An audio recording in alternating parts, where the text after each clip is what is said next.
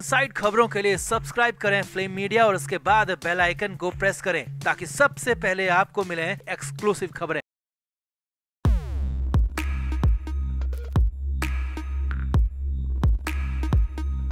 जब से संजय राउत को मनी लॉन्ड्रिंग के मामले में जेल हुई है, तब से ही कोई भी आकर राउत की इज्जत उतार देता है और कई बार तो राउत खुद भी अपने हाथों से मुसीबत मोल ले लेते हैं। और अब मराठी लोगों को भड़काने के आरोप में उप मुख्यमंत्री देवेंद्र फडणवीस की पत्नी अमृता फडणवीस संजय राउत पर बुरी तरह भड़क गई हैं। अमृता फडणवीस ने सख्त लहजे में संजय राउत को चेतावनी दी है और कहा है कि मराठी और मराठा क्या है हम भी जानते हैं। भोले भाले मराठियों को बहकाना बंद करो, वरना वो दिन दूर नहीं जब दोबारा जेल जाना पड़ेगा। जी हाँ, अमृता फडणवीस ने नाम लेकर संजय राउत को फटकार लगाई और साफ शब्दों में कहा कि मराठी लोगों को भ्रमित करना बंद कर दो। तो आखिर ऐसा क्या कर दिया संजय राउत ने जो कि अमृता फडणवीस इतना ज्यादा नाराज हो गई? और अमृता फडणवीस ने राउत को लेकर क्या कुछ कहा, आपको बताते हैं सब। आप भी वीडियो को शेयर करें और कमेंट करके अपनी राय जरूर दें।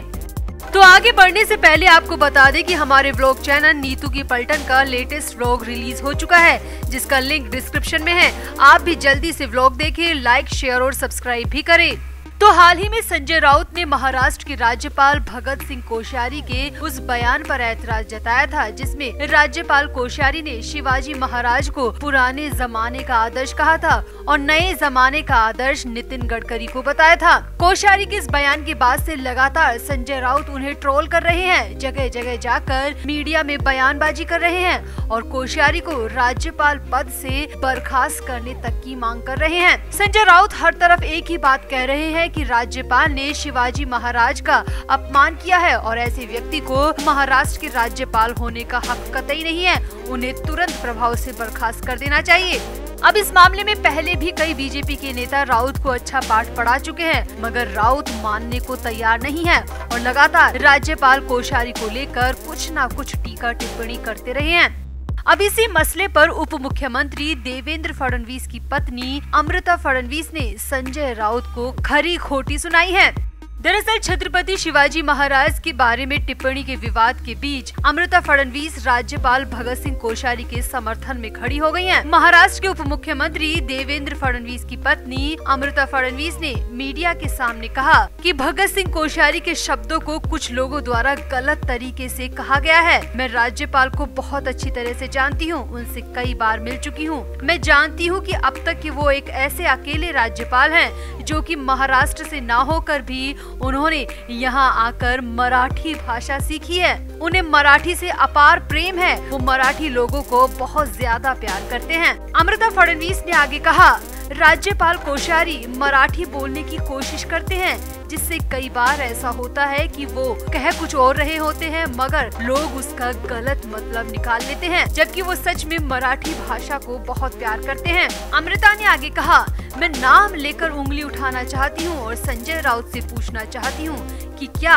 किसी और राज्य की भाषा सीखकर आप बिल्कुल सही उच्चारण कर सकते हैं? कम से कम राज्यपाल साहब मराठी सीख रहे हैं और बोलने की कोशिश तो कर रहे हैं। उनकी तारीफ होनी चाहिए, उनका मजाक नहीं उड़ाना चाहिए। वो आपके राज्य को प्यार करते हैं, यहाँ की भाषा को प्यार करते हैं, लोगों से घुलना मिलना चाहते हैं, इसीलिए हर जगह मराठी में बोलने की कोशिश करते हैं। मगर संजय राउत जैसे लोगों को इतनी समझ कहाँ है, वो तो तिल का ताड़ बनाने में माहिर हैं और किसी न किसी वजह से बार बार राज्यपाल के पीछे पड़ जाते हैं। वो हर 5 दिन बाद राज्यपाल को बर्खास्त करने की मांग करने लगते हैं, जो कि पूरी तरीके से गलत है। अमृता फडणवीस ने आगे कहा, मैं पूछना चाहूंगी संजय राउत से कि उनकी जुबान से क्या फूल बरसते हैं? उन्होंने कंगना रनौत को क्या कहा था ये याद दिलाने की जरूरत नहीं है, तो उन्हें भी अपना सांसद पद छोड़ देना चाहिए था। तब तो वो अपने कहे गंदे शब्दों को नोटी कहने लगे थे। अमृता ने संजय राउत की खिंचाई करते हुए आगे कहा कि लगता है कुछ लोगों का दिमाग खराब हो गया है।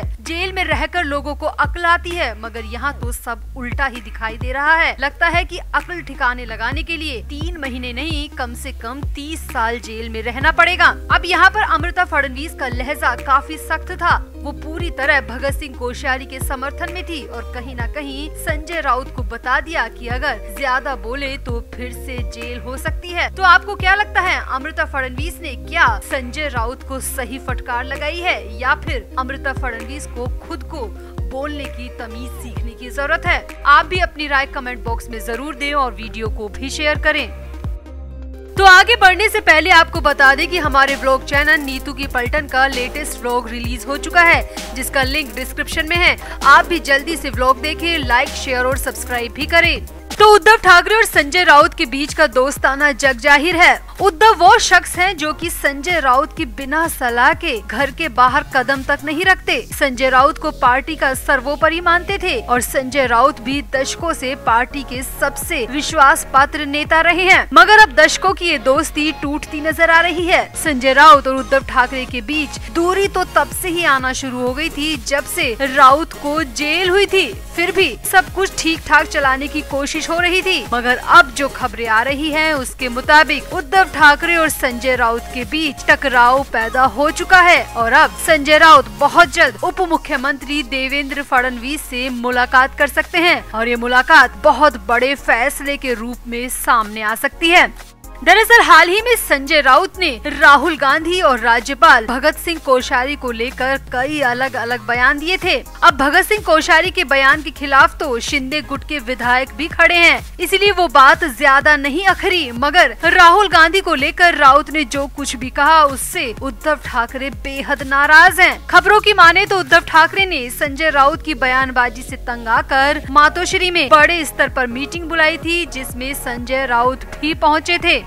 अब उस मीटिंग में संजय राउत के खिलाफ कड़े एक्शन लेने की बात सामने आ रही है। मुंबई से आ रही मीडिया रिपोर्ट्स में दावा किया जा रहा है कि अब संजय राउत मीडिया के सामने टर नहीं कर पाएंगे, क्योंकि उद्धव ठाकरे ने साफ शब्दों में कह दिया है कि मीडिया के सामने ऊल जुलूल बयानबाजी अब बर्दाश्त नहीं की जाएगी। पार्टी की विचारधारा और शिवसेना की साथी पार्टियों के खिलाफ टीका टिप्पणी अब बंद की जाए। इसी कड़ी में संजय राउत को साफ साफ निर्देश दिए गए हैं कि वो मीडिया के सामने पार्टी के मसलों पर किसी भी तरह की बयानबाजी ना दे। अगर वो किसी के बयान से सहमत नहीं है तो वो मीडिया के सामने पूरी पार्टी को न घसीटे, अपने विचारों को निजी कहकर ही बताएं। दरअसल उद्धव ठाकरे तो तब से ही नाराज बताए जा रहे हैं जब से संजय राउत ने राहुल गांधी के खिलाफ मीडिया में काफी कुछ कह दिया था। राहुल गांधी ने भारत जोड़ो यात्रा के दौरान वीर सावरकर की प्रतिबद्धता और देश की वफादारी पर सवाल उठाए थे, जिससे संजय राउत तिलमिला गए थे और मीडिया के सामने राहुल के बयान का खंडन ही नहीं किया था, बल्कि राहुल गांधी के बयान की आलोचना तक कर डाली थी। हालांकि बाद में संजय राउत ने खूब लीपापोती की कोशिश की, मगर कमान से निकला तीर और जुबान से निकले शब्द वापस नहीं होते, इसीलिए संजय राउत की वो कोशिश पूरी तरह फेल हो गई। अब उद्धव ठाकरे ने मीटिंग में बड़ा फैसला लेते हुए संजय राउत को मीडिया के सामने पार्टी के मसलों पर बात रखने से साफ मना कर दिया है और मीडिया के लिए अलग से नया प्रभारी चुनने की बात भी सामने आ रही है, जिसका काम होगा कि वो नेताओं को मीडिया के सामने जाने से पहले बताएं कि किस मसले पर क्या बोलना है और कितना बोलना है। तो कुल मिलाकर राहुल गांधी के खिलाफ जाने की सजा संजय राउत को भुगतनी पड़ रही है। अब बात यहीं खत्म नहीं हो रही। सूत्रों की माने तो पार्टी की मीटिंग के बाद संजय राउत खुद भी बेहद गुस्से में हैं। वो उद्धव ठाकरे के इस फैसले से बिल्कुल भी सहमत नहीं है और वो अपने राजनीतिक करियर के लिए अब बड़ा फैसला ले सकते हैं। खबरें आ रही है कि संजय राउत ने महाराष्ट्र के उप मुख्यमंत्री और बीजेपी नेता देवेंद्र फडणवीस से मिलने का समय मांगा है। अब राउत फडणवीस से क्यों मिलना चाहते हैं ये तो पता नहीं, मगर मीटिंग के बाद एकाएक फडणवीस से मिलने की बात कहीं न कहीं इस बात का संकेत दे रही है कि राउत और उद्धव के बीच टकराव हो चुका है और राउत कोई बड़ा फैसला लेने के मूड में है। तो आपको क्या लगता है, क्या राउत की जुबान पर सच में बैन लगना चाहिए? क्या उद्धव ठाकरे ने बिल्कुल सही फैसला लिया है और क्या अब संजय राउत बीजेपी की तरफ झुकाव दिखा रहे हैं? आप भी अपनी राय कमेंट बॉक्स में जरूर दें और वीडियो को भी शेयर करें।